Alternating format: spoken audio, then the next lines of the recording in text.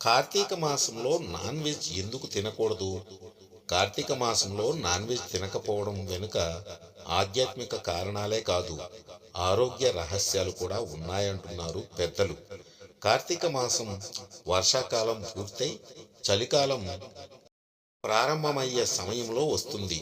వాతావరణం వచ్చే మార్పుల వల్ల మనుషులకు, జంతువులకు అనేక ఇన్ఫెక్షన్లు సోకుతుంటాయి. అలాంటి జంతువులను మాంసాన్ని తినడం వల్ల అనారోగ్యాన్ని కొని తెచ్చుకున్నట్లు అవుతుందని మాంసానికి దూరంగా ఉండమంటారు. మన నిత్య జీవితంలో చాలామంది వ్యక్తులు మనం చేసే పనిని చాలా తక్కువ చేసి మాట్లాడతారు.